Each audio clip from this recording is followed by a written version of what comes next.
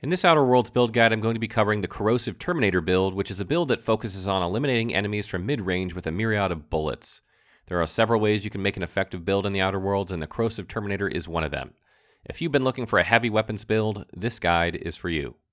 The Corrosive Terminator is a combination of heavy weapons and heavy armor that gives you insane damage and fantastic protection at the same time. It maximizes each bullet's damage so that you can mow down your targets with the fewest bullets possible fired, conserving ammo. If you want to walk into a horde of enemies and gun them all down in a single clip without so much as a scratch, this build is for you. The best place to begin with any build is attributes because these cannot be respec'd, so this decision is permanent. When making a heavy gunner build, you want to focus on attributes that are going to increase your damage with each shot as well as keep you alive, and the best way to do that is to maximize intelligence and temperament. Intelligence gives you increased critical damage, which will boost your overall DPS. Temperament increases your health regeneration, nearly wiping out the need to ever heal entirely. Maxing temperament is overkill on normal or below difficulties, so if you're playing on one of these, consider dropping a point or two for dexterity to increase your reload speed. You can put some points into perception if you wish to further boost headshot weak spot damage instead of temperament, but it's not always easy to aim for these with weapons that kick hard, so I have not included it in my build. There are really only 4 skills we are interested in for this build, though you will likely use others for dialogue reasons or what have you.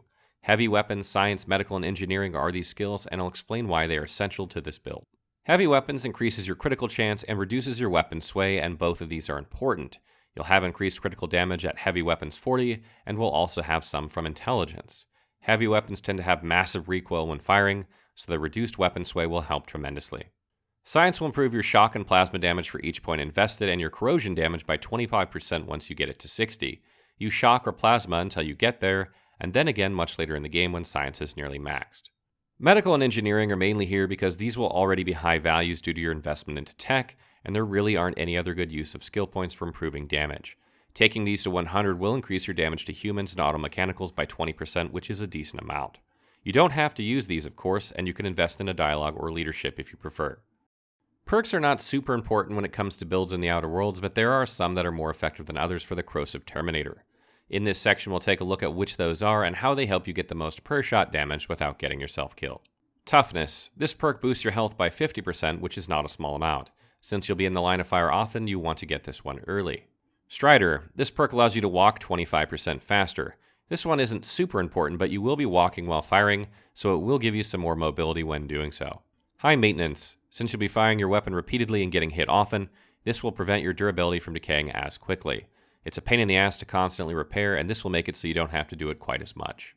Lone Wolf. This is a must-have perk if you plan on playing alone. Take this one only if you don't use companions.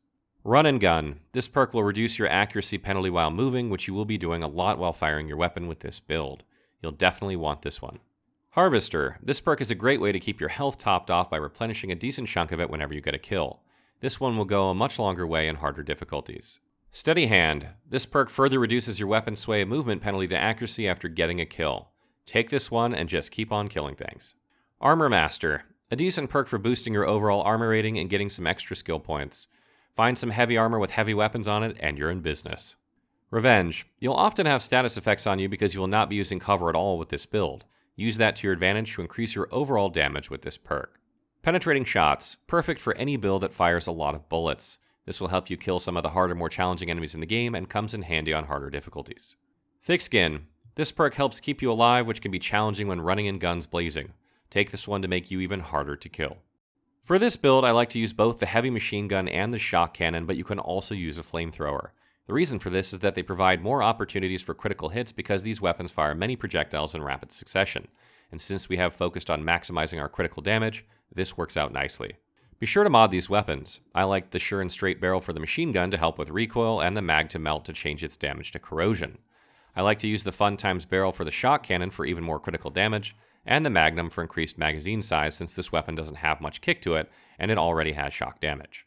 Armor-wise, it doesn't matter what you wear as long as it has very high armor rating. However, I do recommend using the Sublight Contractor helm for your helmet slot because this will give you plus 25% damage to creatures. This means you should have plus 20% or better damage against all enemy types at endgame if you follow this guide. Final tips. Make sure to mod your machine gun to shock or plasma early on so that you gain the benefit from science, which increases these damage types. I highly recommend taking heavy and your tech skills to 20, and then getting heavy guns to 40 to get that increased critical damage. Then alternate between tech skills and heavy guns until you have to place points individually. Try to hit that science breakpoint at 60, and then focus on heavy guns until maxed. Then bring up engineering and then medical to max. As I mentioned, you won't gain damage from engineering and medical until they are maxed, so you might want to consider placing points into leadership instead to help make your companion stronger. This is very important on harder difficulties, particularly Supernova, where they can die permanently. It's up to you to decide, but you can always place points into leadership until you have enough to max out engineering and medical, and then just respec. Be sure to tinker with your armor and weapons to increase their effectiveness.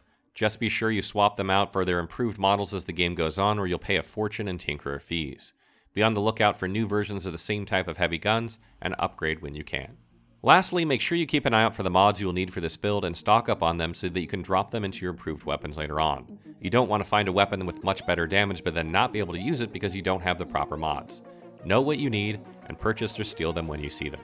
Stay tuned for more Outer Worlds builds, and be sure to check out our Getting Started guide and review.